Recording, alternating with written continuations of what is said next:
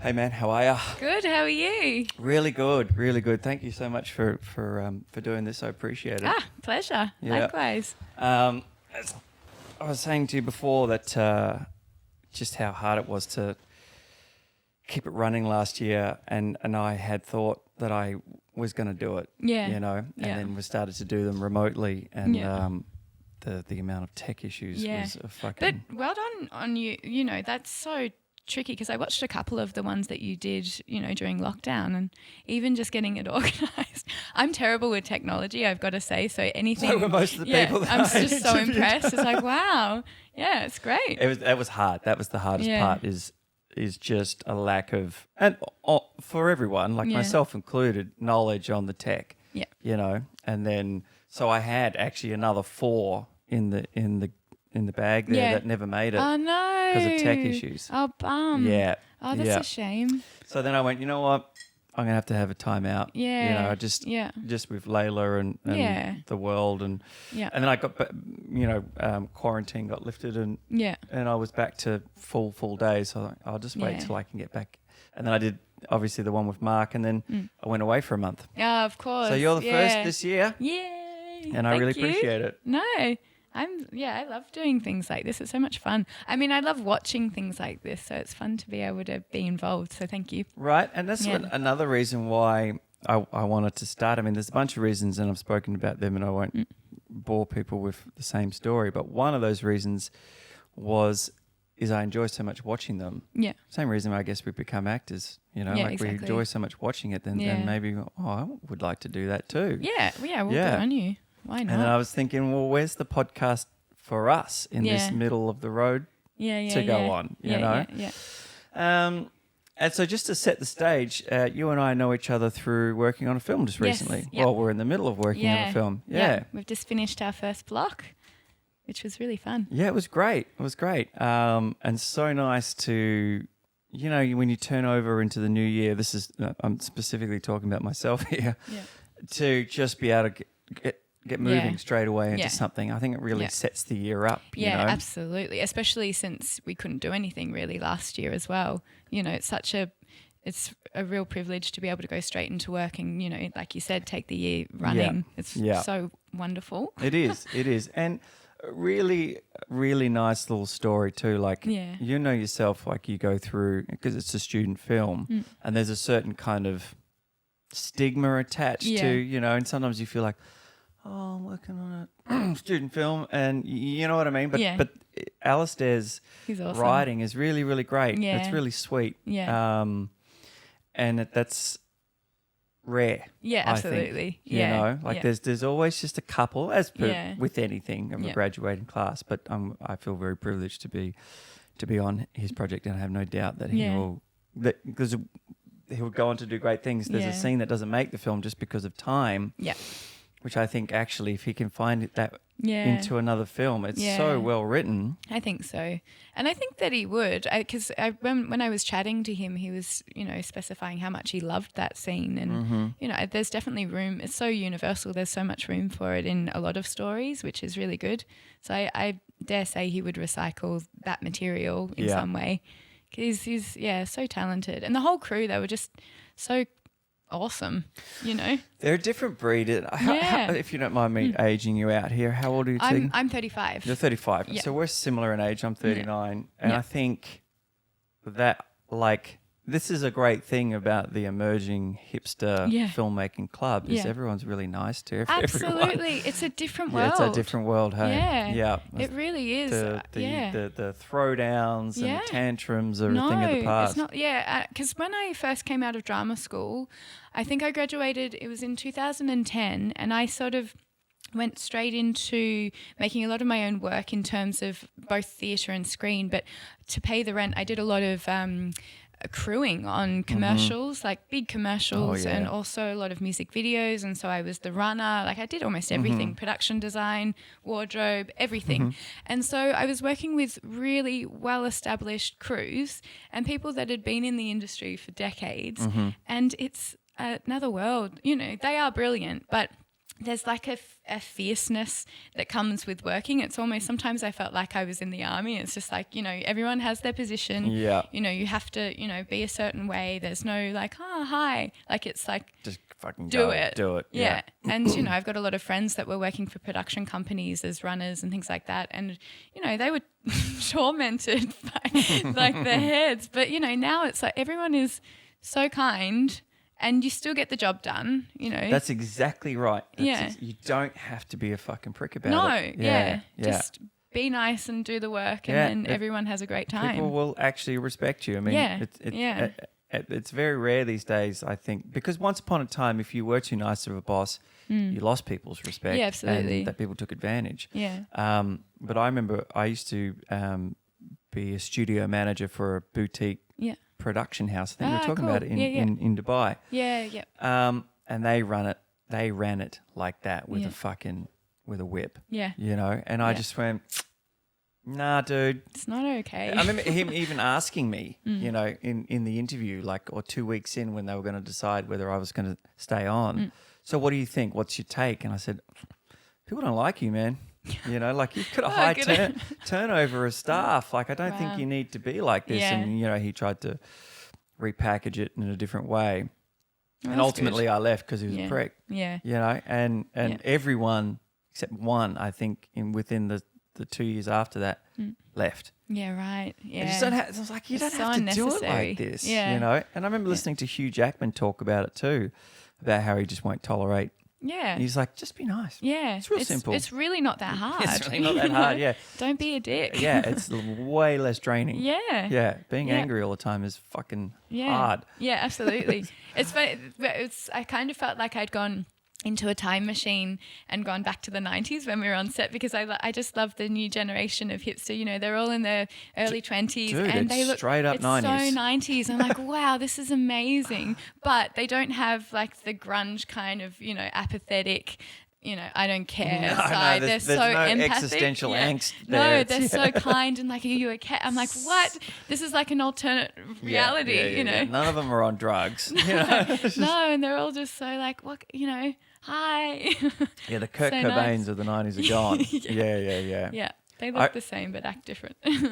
We went to see London Grammar a couple of years ago, and there was a support group called Mansion Air. Oh, okay. And beautiful, beautiful voice, very hipster music, but it was incredible. But he's like talking about the fucking heirloom tomatoes that he had on his sandwich before, and how grateful he was. And I was like, oh, fuck, this has changed. Yeah. You know? Different world. I'm still not interested in tomatoes, but you've got a great voice. I love that. So listen, you know, we were talking about this before, but so one of the things that I don't do, or one of the things that I get from this podcast and obviously talking to people and what have you, is I don't do a lot of prep so that I'm having a straight up conversation that I don't know the answers to. Yeah, cool. So what I do know about you, other than you're an actress, is that you're also a photographer like me. Yeah. But what do you do? Like, you're managing these things. Yeah. What do you do? Like, what's your breadwinner? I would say acting. I do. It really depends on just. I feel like each project ebbs and flows, and if I've got a flow of acting work, just naturally, the photography work kind of sort of dissolves, and then vice versa. Like they sort of just kind of go like this. But I also do acting coach as well. Okay. On set, or just freelancing, and so that's really sporadic as well. Oh, that's interesting. So I mostly for kids, because I've got so much experience both working with kids on set, but also just like, you know, guiding them off set as well. So I do a lot of that, and even writing as well. Just you know, the writing sort of, I've always written, but in terms of making a little bit of money from it and getting publications only emerged during lockdown. Oh, wow. Because, you know, like I couldn't go out and take a photograph because we were locked up, really. And I couldn't make a film and I couldn't be on set. So I started writing a whole lot and submitting to a whole lot of places. Like what sort of writing? So I'm actually writing in the very long process of writing a book. Okay, great. And it's I suppose it's a personal essay. And so I just saw a whole lot of submissions, and each of my chapters could stand alone as a short story. Great. So during COVID, I had the time to just look at these submissions, and I just would apply to as many as possible. And I'd use chapters that I had already written, and I just sort of finessed them a little bit so I could, it could just not have nothing to do with the book as well. And, sometimes you get really lucky. Sometimes with acting, it's like auditioning, and you audition for a whole lot of things and you won't get it. But yeah, I think I always need to be busy. So whether it's the photography taking up my time, or acting, it's like a weird dance, and I don't really control it. Like it just sort of, I'll take each as they come. Yep. And when I was first out of drama school, I just was like, I have to be an actor, and that is it. And if I wasn't acting, I was so depressed. I was like really, really struggling, and just like, why, what's wrong with me? Why I'm, I thought that, I should be, like everybody goes through it. And my partner at the time was really like, you're good at this, you're good at this, you're good at this, nurture those as well. And I was like, no, I'm an actor, blah, blah, blah. But now I've really taken the time to nurture the other things. And when I'm not acting, they really hold me. Right. And, because I'm still creating, I'm still telling a story in some way. I'm inspiring myself, and whether people like it or not, like I think people seem to, engage with the work that I put out there. So I'm still, I'm taking the ego out of it, and I'm still generating the work that makes me happy. Yeah. And so, if acting does dry up for a few months and then all I'm doing is photography, I'm really happy with that. But I try not to, the moment that I try to control it and go, why aren't I here? That's the second that everything just falls to the ground. And so it's just the more you can kind of get into a meditation with your own life and just let it be and go, oh yeah, I want to work on that. I want to tell that story regardless of if I'm in front of the camera or not. It's like, cool, but it's hard. Like, that's a very romantic way of talking about it, but it's, Is there any other way in the arts? Well, yeah, you know what I mean? True. Like, fuck. Yeah. You just hit the nail on the head. If you try and manhandle it and make it structured with fucking... It's not going to fly. And you're strangling it. 100%. Yeah. I'm just going to check something really quick. I'm seeing levels go off their tits here. Yeah. Just talk for me for a sec. Ba ba ba ba.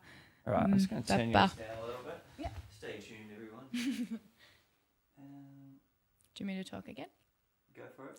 Ba ba ba ba. Much better. It's funny. Usually, I'm too quiet, so this is good. That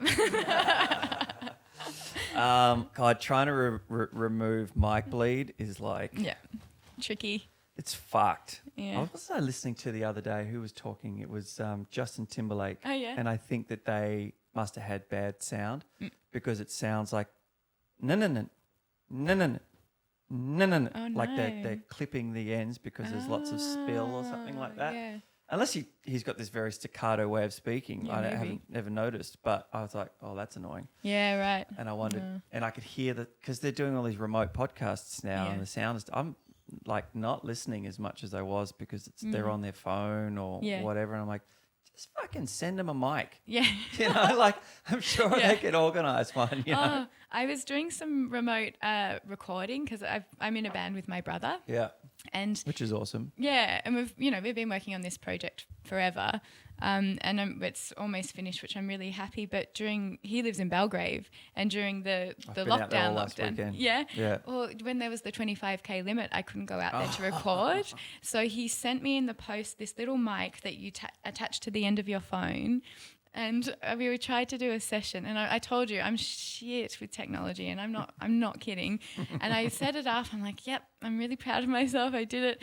And we were FaceTiming at the same time, but because of the noise bleed, we had to mute when I was doing it, so he couldn't hear the takes I was doing. And he's really great at producing and directing when I'm singing. And I did the files, and I ended up sending to them, and he couldn't use a single one. There were like files where it was like screeching and feedback with the mic, and oh my God, it was a nightmare. It's a whole thing, you know. Like even like I mean, I would have thought that if you were both wearing headphones, it shouldn't have been a problem. No, well, I couldn't hear it. And because he was on the other side of Melbourne, he couldn't hear anything. So I was just sending him the files. It was really primitive the way we were doing it because I don't have a proper computer. Oh, right. Here we go. So he's really good at all of that sort of stuff. So I'm like, I'm sorry. He's like, I can't use that. I'm like, cool. That was a day wasted. Yeah. But I mean, it makes you appreciate, like, I don't know if you, lots of bands have done it through lockdown, but Roger Waters has probably done it the most spectacularly. Have you seen some of the stuff he's been in? But, he's Roger Waters. They're Roger Waters and He's the money's so not a problem, you know, but they're filming it in the studios and they're really doing good it production. in real time. It's like, fuck. So cool. Unreal. Yeah. They recently did, I think it's called the Foundation Awards in Seattle. Yeah. And it's like a non-for-profit type charity thing, but they do. I'm talking out of turn here and I don't really know what it is. But anyways, it's been running for a while and each year there's a band who gets an honorary award or whatever. And this year it was Alice in Chains. Oh, cool. Wow. And talking about 90s grunge and what have you. And then they had a bunch of artists come in and do covers, which were all shot remotely and sent in. But the pick of the bunch was, and I'm getting goosebumps just thinking about it, City and Colour. I don't know City and Colour. Is that terrible? I'm going to play it. Maybe I do, but sometimes I'm terrible at matching a name with the sound. I don't know his name, and City and Colour, as far as I'm aware, is just him. Yeah. But I'm pretty sure he was in a heavy metal band back in the day. Cool. And then like early 2000s, he went solo and it's kind of very acoustic. But if you're an Alice in Chains fan and you know this song and then you hear this cover, it's a million miles from the original. Yeah. And his voice is quite spectacular. Yeah. But that's awesome. Yeah, like Duff McKagan, is it McKagan? Like from Guns N' Roses and, people from like Nirvana and all these different people came in and did these covers. It was really, really great. Cool. I'm such a massive Alice in Chains fan. Yeah, that's awesome. So I want to go dial back to the writing. Yeah. What? Tell me about your book. Can you tell me about your book? Yeah. I've titled it Season of Beds. I started out writing. So I'll start from the very beginning. There was a few years that I was living out of my suitcase. Right. Whether it be in Melbourne and sort of getting booted from place to place, and then I was traveling a lot for work overseas, which was just for work, all different projects, like a million all artistic projects. Yes, yeah.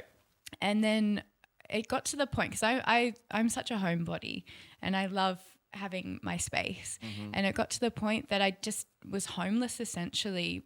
I just didn't have a place to call mine, and all I had was my camera, my film camera, which was like my solace, and my suitcase. And it got to the point that I started getting a bit exhausted of, it was sort of the glamorous lifestyle, but it was hard. Oh, it's hard. And, staying on people's couches, all of that kind of stuff. And so what I started to do to comfort myself during the process is I'd take a photograph of every single bed that I stayed on, and they'd be like, sometimes it's not even a bed. Like there was a night that I even slept on a flattened cardboard box because, it's just where I was at for that night. And it's just, people's kitchen tables, there's a pew, people's beds, house sitting in these incredible houses as well. So it was I don't know, to be honest. You're working, you have money. Yeah, and whenever I found a home, like I did a lot of sublets. Whenever I found a home, I'm like, great, I can stay here. They're like, we're selling the house. And it's like, oh, shit. So it was a real time of, up in the air. And so I started doing the Season of Beds, and I just started, because I was documenting it, I was really looking at it, and I'm like, this is kind of extraordinary where I find myself along the way, and the people who I'm spending my time with, where I am. Like there was the highest of highs and lowest of lows. I'm like, this is kind of cool. So I started journaling a lot during the time, and I found it really interesting. And I just decided just to follow my feet. Like there's like an inner radar, and I'm like, I'm going to go here now. And sometimes I really felt like I was a marionette, and it was just like, go to here. And, my life was like boop, boop, boop. And there was a time that I was also living in a studio. I was squatting illegally in the Nicholas building and my studio had no running water. I had my photos everywhere. It was very, very New York kind of old school, like Patti Smith, like 70s kind of lifestyle. Yeah. And, you know, I had a bucket to wash myself that I'd fill up with collected water, and I'd be facing the St. Paul's Cathedral Church, like bucket washing. I'm like, what happened to my life? Like, what's going on? And so I just thought it was kind of interesting, and I wanted to, the moments that were really hard, I thought there's something in this and I'm going through it for a reason. And I think I can sort of, if I communicate what I'm going through and the lessons that I picked up along the way, I feel like it could either be like an entertaining story, but it could help people, you know, and other artists as well. And so I started writing it as a screenplay. And then I thought, oh, I don't know whether I want it to be a series or a feature. And then in my mind, I'm like, I'm never going to get the funding for this. Like, it's over in New York or LA or here or regional Victoria, or like, I'm never going to be able to afford to do it. So I kept shutting it down. And then the story kept evolving and emerging. And I thought, no, I've got to express this in some way. So I just thought, you know what? I'm going to write a book. Never done it before, but I've got a friend who's a very accomplished author, and she started out in film. Right. And she sort of went, you know what? I just want the control. I want the money. I'm going to write the story. And I thought, you know, you don't need a budget. No. You can go anywhere in a book. You just have to write it down. So I started writing my story. So, yeah, and then from there I'm like, I love it. I don't know if I'm still in the process of writing. It's, you know, it's spanning over, say, 4 years or so. So I'm still just getting it out and finessing which bits I actually do want to, delve into. But, yeah, so I just also along the way, I just thought, you know, I can isolate little bits and either use them as short films, scripts, or send it off to short story competitions and try and get a few publications so then I can help, you know, publish the book. So that's the story. I used to do the same thing, actually, take photos of the beds that I had stayed in, and I just dug one up the other day, actually, from when I was like 17 and I was staying with a family in France. Yeah. And I had stayed much longer than I was supposed to, and like her room was set up like the 1700s. Oh wow! So it was, you know, the bed so cool. with the padded. Yep. What do you call it? Bedhead. Yep. And all the old damask sort of wallpaper and trimmings and all that kind of stuff. And I used to do it all the time as well, and that's so fascinating. Yeah. Wow. It is though. It really is. And it got to the point that it's because it was such a theme, and I would always publish the picture just, you know, on Instagram and say season of beds. It got to the point that a few friends, you know, who were between houses, they, you know, for a month or two, they go, oh, I'm doing a Tegan. And I felt like going, it's not as glamorous as it looks. Like, it's hard. Yeah, you know? it is. It's hard. I remember squatting in a flat in Edinburgh, actually, and the guy he was doing the dirty on the lease, and then he just split, and I came home and he was gone. Oh my God. No, nothing. And I think I stayed there for like a week, and then I started to panic, like I was going to come home and the locks had changed and all the stuff was gone. And eventually this dude did me a solid and put me up in his place, and that's when I moved to Edinburgh, I rolled up. We had missed our train to where we were supposed to go to a job. And we just went to Edinburgh instead, and we had nowhere to stay, and we slept in the cemetery for the first night. Oh shit! Oh my God! And things you do. I look back on it now. I'm like, God, you're only like you were 20, just out there, like with all your everything on you, sleeping on a bench. Yeah, like, yeah. It's like wow. Like, this is my life today. Yeah. Okay. That's not what I expected. Yeah. It's interesting though. Yeah. I think. Yeah. I had another in between spot like that in my life where I had just split up with someone, and I was working in oil and gas, so I was away for every 5 weeks. But I was like, I don't need or want a house when I'm paying rent for all this, and I want to be able to move around all the time. So I ended up having this sort of, you know, a couple of trips here and there. I was carrying everything with me, and then I was back in Perth for a bit. So my dad let me stay in his camper van for however long, but like a week into it, I came home and it was on fire. Oh shit! And people had set it on fire. Oh, the fucking what? fire brigade was there with a hose and the thing. I God. was like, okay, I can't do this. That's crazy, Fucking though. wild, hey. Oh, my God. Yeah, you can't make it up. Yeah. You honestly can't. It's like, oh. I woke up this morning. Believe it. Yeah. Had my coffee, now my caravan's on fire. Yeah, exactly, right? Wow. Such a buzzkill. I was having a great night. Yeah. I'm just going to switch this over. Yeah. Dude, if I was in it, curtains. Yeah. I mean, it never really took off, but it wasn't great. Yeah. And they fucking ruined my new surfboard too. Oh, no. Pricks. Yeah. Did they just random people? They set a fire underneath it and my just God. legged it. It could have exploded. Yeah. Could it? I don't know. Yeah, I mean, do you have a gas thingy? I don't think I had a gas. And I can't honestly remember. Someone got onto it pretty quick because it wasn't, well, most of it was smoke damage and a big hole in the floor, but the heat that got up inside melted the surfboard. Oh, motherfuckers. Couldn't believe it. Who Then I had to does ring my that? dad and I'm like, Had an accident. 2 a.m, your fucking motorhome's on fire. It's so rude. It's a real contact. Yeah. That's what it was. Yeah. It really is. Yeah. Jerks. So, and have you written anything like in terms of films have you made anything that you've written? Yes. I'm trying to think. I've worked on so many films, mostly short films where I've collaborated with the director as well. And it's been a very good friend of mine, Eugenie Muggleton's an incredible writer-director.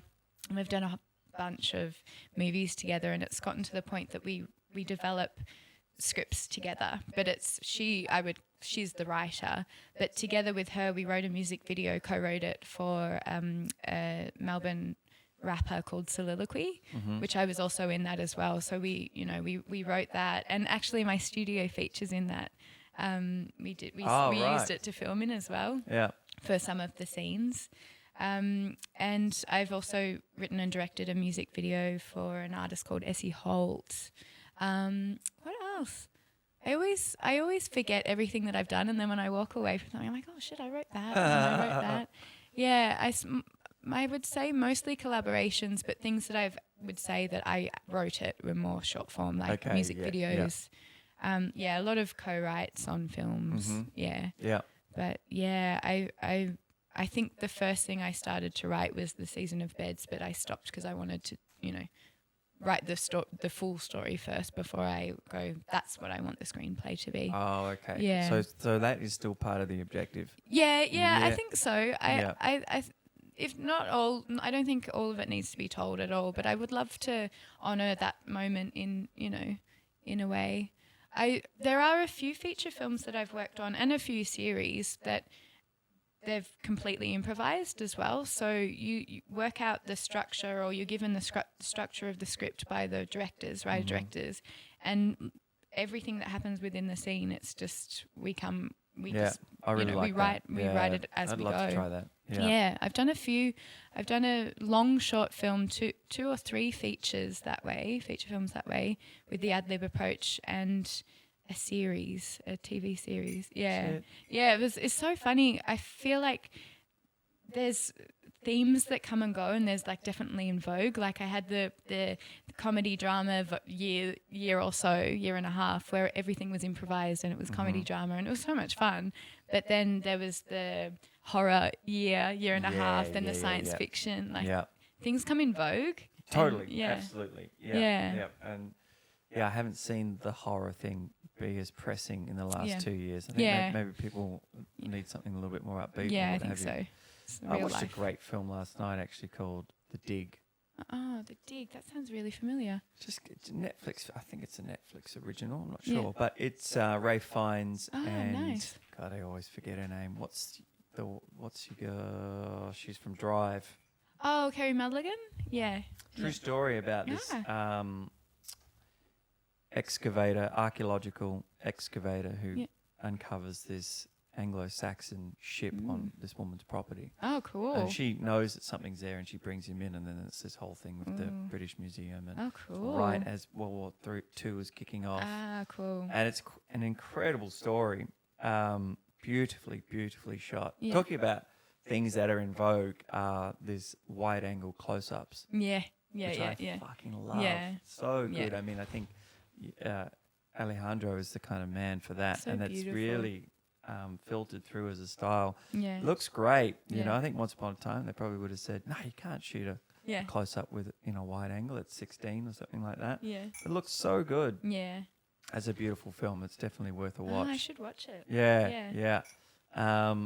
So what's your primary, like, I think this is a really interesting thing that happens too, right? As we venture down these different paths. Like when I first started in art at all was as an illustrator, right? We were talking about this, and then came acting, and then came photography, and then came music. Yeah. And if I'm honest, like if someone said, do you want to be an actor or a rock star? That would be a fucking, I shouldn't say rock star, but a successful actor or a successful rock musician. That'd be a hard choice. Yeah. I think I'd probably still go acting. Yeah. But if you had to pick.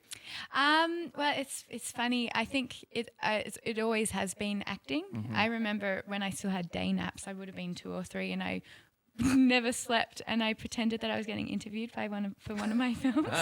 So it's always been acting. That's but awesome. I would love to be a successful musician, but to be honest, it is my biggest fear.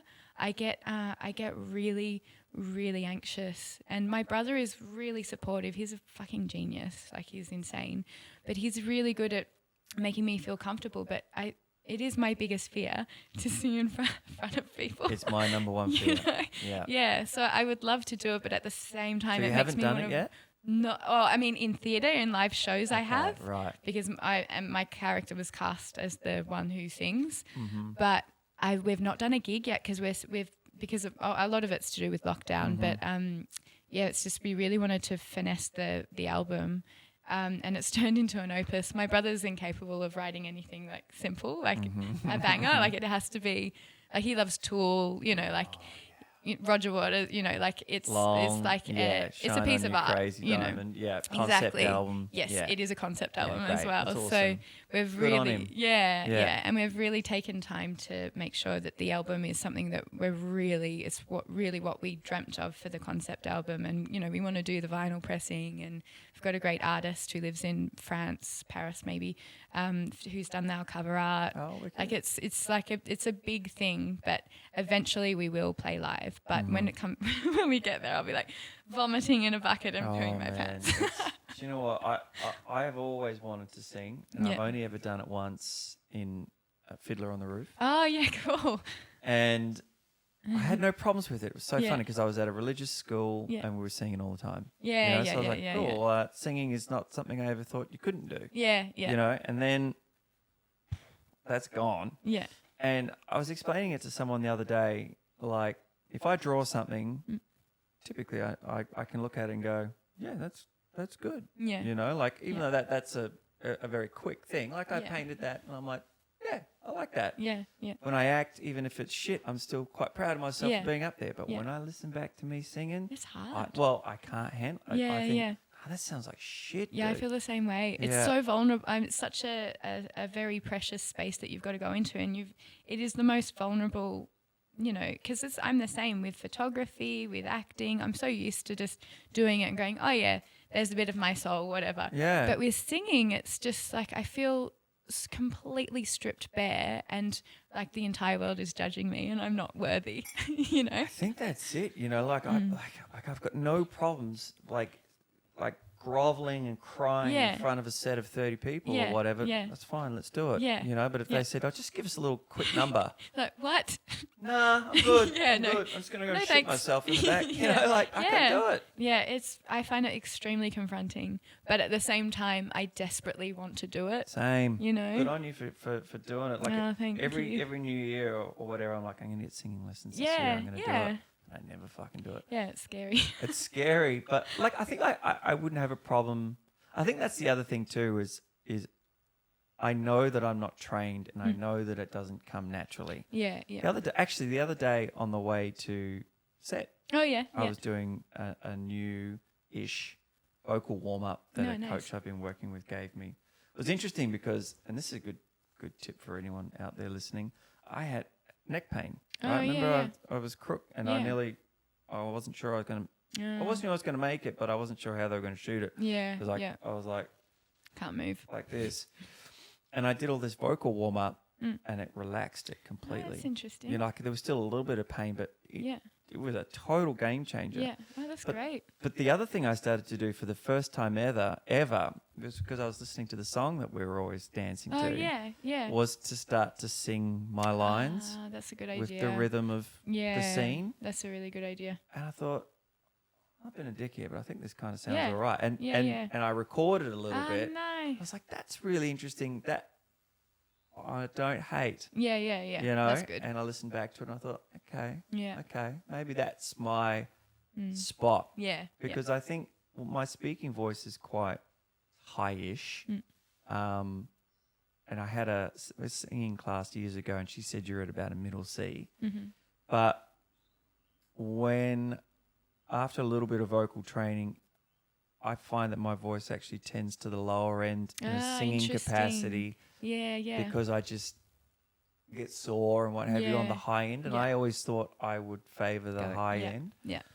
But I do want to have, because one of the other things that has happened with Layla is we're singing to her all the time. Yeah, that's good. You know, and I want to be able to sing to her, you know. Yeah, that's nice. And then like it and not be total rubbish either. Yeah.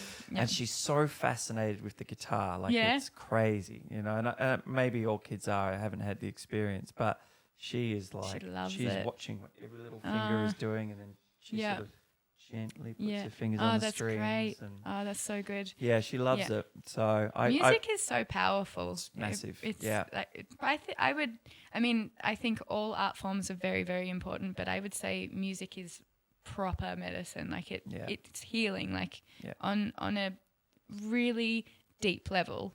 It sure is. It sure is, and I think it probably stems from the you know, on a science level, the vibrational things. Yeah. And it's funny how, do you find that you have like 3 or 4 chords that you always just hit you the most, and you end up writing 5 songs and all those chords exist in there? Yeah, and they're in there. It's funny we're talking about music, because whenever I'm working on a script that's really like, you know, you read the words and you're like, it's like a punch in the heart. You're like, I put together a playlist, and usually a lot of the songs are soundtracks or compositions from films, and it's just that mood that you get when you're reading it, and you're like, it makes me feel like this.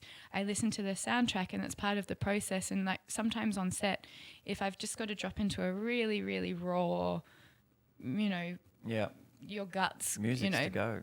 Yeah, in between takes, just like listening to that and just like closing your eyes and dropping into it, and it's just like weeping, you know, just listening to the music. Yeah. It's 100%. So powerful. You know, we were talking about this before. Alec Baldwin said it best. He's talking to Billy Joel, and he said, you know what, if I could do what you do, I would give up what I do. And I'll tell you why. You goes where everyone goes. Yeah. You know, I can listen to you wherever I am, but you can't watch what I do wherever you are. No, yeah. And that is the power of music. It's with you everywhere. Yeah. Yeah. And exactly. that's a great thing. Yeah. I mean, the game has changed a little bit now, where we can literally watch films wherever we go. Yeah, but you're not walking along watching a film like this. You know, you're listening. Yeah. And like with you know, you being in a film comes hundreds of people who had to make that as well. Like with music, you can just, you know. That's another great thing about it. It can be just you. Yeah. Yeah. And these days with looping technology, and you can get, you know, I mean, there's a pedal now that you can get that will, if you lay down the chords, will provide the bass line for you. That's so cool. You know, and you can just have it all playing simultaneously. Yeah, and just make an album.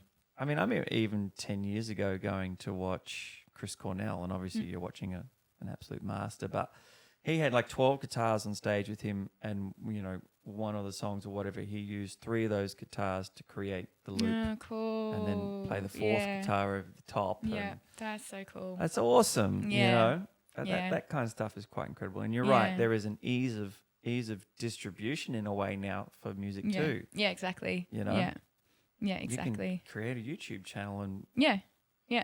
And put it just out there. Put it out there. Yeah. Yeah. Yeah, we're so accessible, which I think is really great. It's kind of tricky because even just with doing the band stuff with my brother, trying to get an audience that will resonate with you, you know, it is so accessible that everyone's doing it. So there's almost, you've got to wade through, you know, what art speaks to you and you've got to find your audience. But, you know, it's great because you can connect to them on the other side of the planet. Mm-hmm. But, you know, they've got to be able to find you through the millions upon millions of people putting their stuff out there.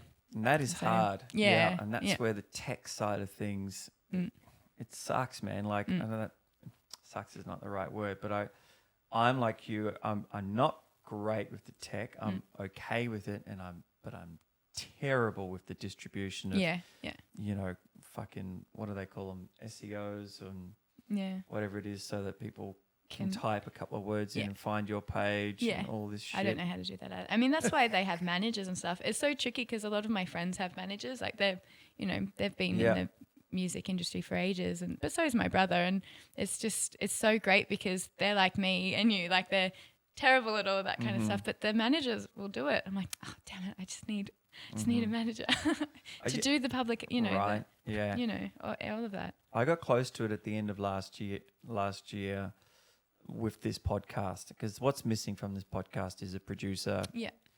I mean, it would be nice to have someone here to watch the levels and all that kind of stuff, but that's not. I don't need that as much as I need someone to promote it, to run it. Get it out there. And it was, you know, $50 an hour. Yeah. Fuck. Yeah. I just can't justify that kind of money right now. But it's like, I would also expand it so much quicker. Yeah, so exactly. It's so tricky. It is tricky, to find that balance. Yeah. Sorry. Yeah. I'm glad that we're not quite at that place in terms of, like, it's a bittersweet thing, and I've spoken about this too, about having an agent.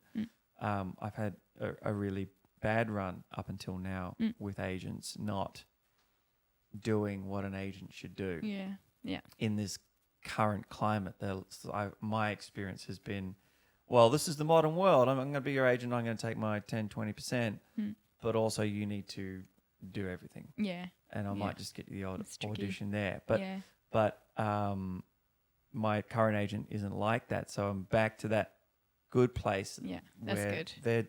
They're out there fighting for you. Yeah, you know, which they should do. Well, that's their job as well. If you're working, they're getting paid. You know, it benefits. If you book something. Yeah, well, yeah, exactly. I do feel bad about that sometimes too, right? Like, but what can you do? You can't. That's the nature of the game. Right? Yeah.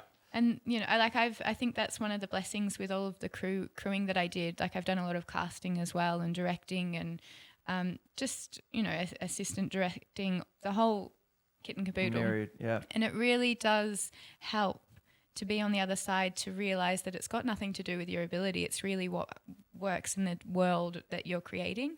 And I've been in situations where I was told I was the director's favourite so many times, but I either had the wrong colour hair or I looked too much like the sister instead of a lover of someone. Yeah. It's like, you know, the producer's like, no, it doesn't work for this. But the director's like, please. And it's just, I mean, it's wonderful to know that the directors are rooting for you, but it's also like, God damn it. Yeah. I want the job. Yeah, totally. You know? I think that insight into casting is really, really valuable. Yeah. I haven't had it firsthand like that. I mean, I have cast, but there were different considerations. But I had a guy, one of the podcasts that never came to light, unfortunately, was with a fella, I can't remember his name off the top of my head, which is terrible.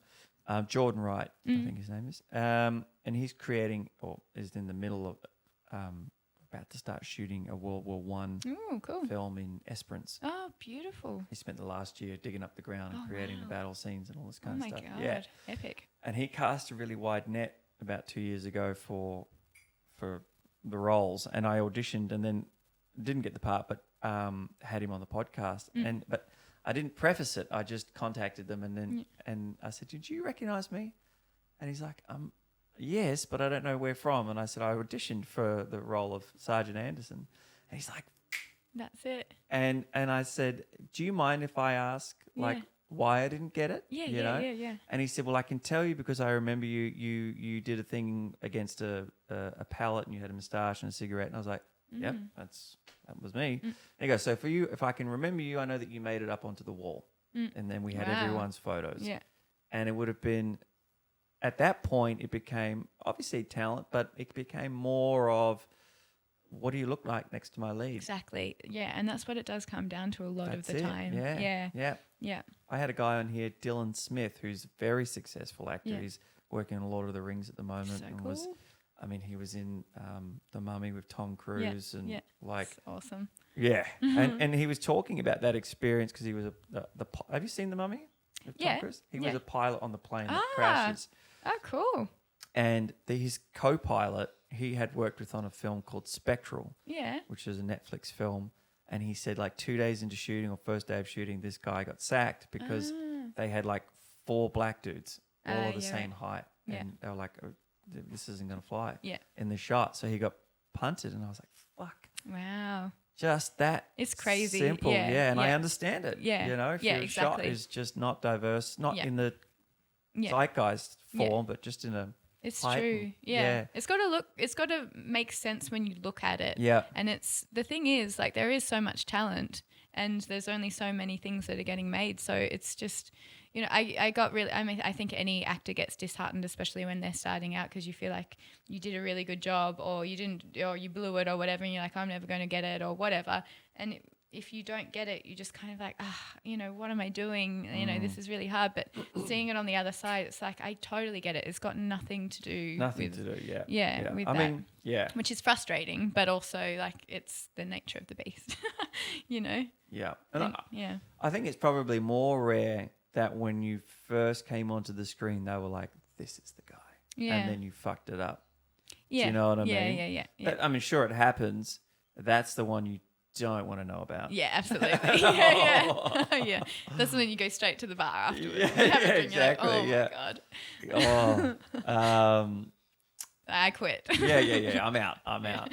It is a funny thing to manage though. Like I think, well, I feel grateful that because I came to the party so late, that I'd already, the only way I was able to join the party was being secure enough. I'm not one of those people that could be ultra insecure and still do it. Yeah. I didn't. Yeah. You know, I was too insecure. It took me 17 years to get into it. Yeah. So when I finally did start doing it, I never felt like I always innately had that dialogue of, well, if I'm not getting a look in, it's because I'm just not the right look. Yeah. You know, fortunately, because that would fuck with me. Yeah, and that's it. You've just got to, you know, sometimes it's your turn, sometimes it's not. Totally. It's, you know. Yeah. And that's the thing, right? It's like you just want to have a shot. Yeah. You just want to be given a go. Yeah. That's it. Yeah. Yeah. It's tricky because, you know, I remember growing up, I always knew what I wanted to do. And mum and dad were really supportive. They always said, you know, just know what you want to do and just keep going. Don't give up. Just keep working hard and you can do it. Like just but it's not going to be easy, but just do it. It's like, okay, cool. So I can do this. I can do this. And, you know, it's I just totally lost my train of thought. Damn it. I was onto something really good. Damn. Move on. Slippery thoughts. Yeah. Sorry. Cool. No, that's what happens all the time. It'll come back when I'm driving home. Yeah. I always find it the worst when I'm listening to a podcast and they're about to say something great and then they get fucking sidetracked and they never come back to it. I'm like, you motherfuckers, what was that were you thing? Saying? Oh, pooped. Oh, well. That's all right. One of the things that I also set this podcast up for too is the hope that, you know, through the networking that I get to work with people, that we share ideas on this podcast, and then ultimately maybe, like I think I said to you, someone's listening and they go, "Fuck, I really love that idea," or we, you know, I had a guy on here a while back who's an African director, and I said to him, "Man, I'm going to pitch you on the podcast, you know, about my film." He's like, "Yeah, sweet."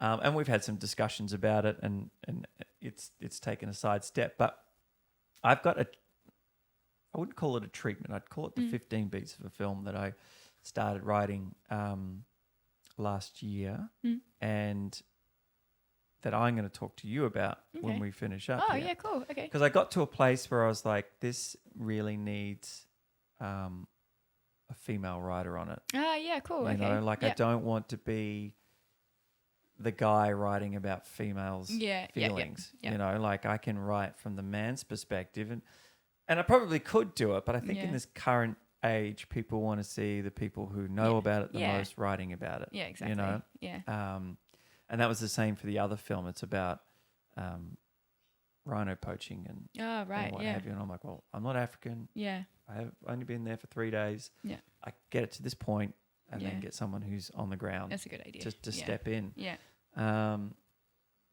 But has it come back to you? No. It was no. Damn it. It's so gone. what's the timeline on your album and what's it called? What's your band called? So we're called the Urban Crowley Collective, which That's right. my surname is Crowley for anyone who doesn't know. I always think of Ozzy Osbourne when I do that. No, but actually when we were kids, we had a radio show. Okay. And so we just had our tape deck and we'd sort of just sing songs. I remember one of our songs was, do you remember the old Decorate ads? Like, do you know the first ad that ever came out for Decorate, they hadn't edited properly and her boob came out? Oh, no. Scandal. Yeah, I remember going, I saw it. And then looking for it every time afterwards and it wasn't there. Yeah, they would have been onto the Amazon like, I saw a boob. It's before midday. Imagine the kickback. Yeah. No, we started out then, and it's funny because we've got so many recordings, and at the end of one of the recordings, I think we did our cover of Decorate, and my brother's like, yeah, as if it's like our crowd. Millions of fans. Yeah. It's like, that was the Urban Crowley Collective. So we thought it was really cute. That so is we've cool. we kept the title from our youth. And the album is called Born of a Dying Star. Okay. And it's basically a concept album celebrating life, and it's life in terms of knowing that you're on a planet that will one day be, eaten by the sun. Where, where we know we're mortal, like we know we have limited time. So it's just sort of the ins and outs of being conscious to that. And that's cool. Yeah, it's just the ups and downs, So it's really eclectic, the album. It's sort of an album that it's wonderful to listen to front to back, but it's got a huge sound. I mean, there are some songs that are just really beautiful and stripped back, and it's just the two of us singing and a piano or me and a guitar. But for the most part, there's like a cacophony of sounds, and sometimes it's kind of Led Zeppelin-y, sometimes it's like Electric Light Orchestra, sometimes it's very Beatlesy, but sort of A Day in the Life, that kind of like the orchestra, like, big sounds. It's really neo rock, like, because, we grew up listening to the Beatles and Led Zeppelin and Pink Floyd and, all of that, Great Cat bands. Stevens, all of these incredible musicians that have stood the test of time. So it's very that, but also incredibly different as well. When's it come out? Well, we're in we're mixing it at the moment, so I'm just waiting to hear from Sean, my brother. So yeah, I think we just need to. It's getting mixed, and then it will be mastered. We're going to send it off to get mastered, and then it'll be out this year. But I haven't got a date yet because I don't know where they're up to with the mixing. It's basically finished. I'll have to get you both on. Yeah, absolutely. Yeah. Because I've got another band, a very good friend of mine. God, what's the name of his band now? Fuck. Sorry, Danny. God, I nearly came to. They changed it. That's why I can't fucking remember it. But they've been off, like, over the last 2 years. They've been out in Nashville. Oh, cool. Getting a lot of groundwork done, and they're about to kick off. And I think they did very well in the Unearthed competition or something like that. And they want to come on and do something too. Cool. And it'd be really, really great to start to just spread the wings Yeah. a little bit like that. Well, it's, my brother's always been a musician, and he composes for a living, but he's always had bands and written albums. But yeah, he makes his money through composing films and for commercials and doing sound design as well. But majority of my friends are musicians or involved in the music world. I'm probably friends more with musicians than actors, and it's basically the same lifestyle. It's really, really, it is a hustle, Yeah. and it's 100%. hard. Yeah. So it's, it's not too dissimilar to the film world and actors. Yeah. All that thought. That's so clever. Yeah. Well, I think that's probably a pretty good place to wrap her up. Yeah. Thanks, man. I really appreciate you coming down to do this. Yeah, no, thank you. And I look forward to our next couple of days on set. Yes, second block. I can't wait. What's it called again? The Kids on Murphy Street. Yep. Yeah. Yeah. Great. Thank you so much. Cheers, buddy. No Bye. worries.